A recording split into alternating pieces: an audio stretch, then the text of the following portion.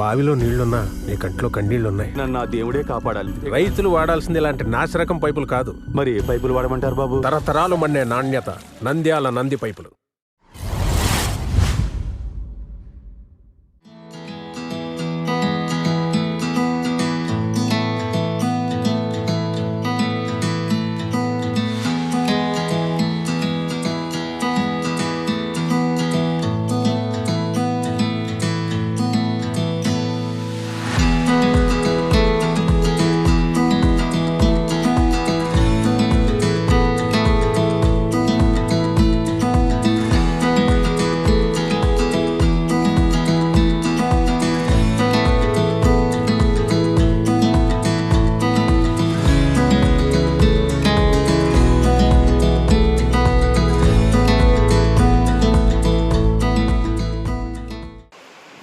Government को साथ दे रही है।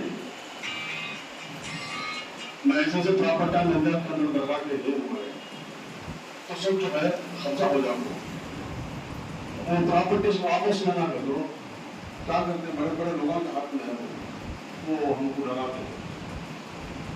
अब हमारा हमें मदद करने वाला कौन है?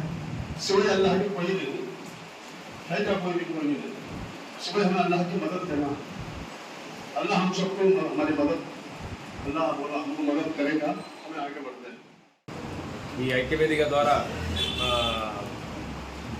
కేంద్ర ప్రభుత్వానికి విన్నపం చేసేది ఏమంటే ముస్లిం ఆస్తులు అవి వక్ఫ్ ఆస్తులు ముస్లిం చెందినవి, దాన్ని హస్తగతం సవరణల పేరుతో హస్తగతం చేసుకోవడానికి ప్రయత్నం చేయకండి.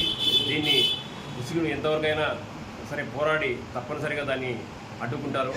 అదేవిధంగా ఈ యొక్క అమెండ్మెంట్స్ ప్రభుత్వ పరంగా మీరు చేయదలిస్తే ముస్లిం పర్సనల్ లా బోర్డు ఉంది, దాని యొక్క అనుమతితో దాని యొక్క అనుగుణంగా దాన్ని తెలియజేసి మీరు చేస్తే బాగుంటుంది.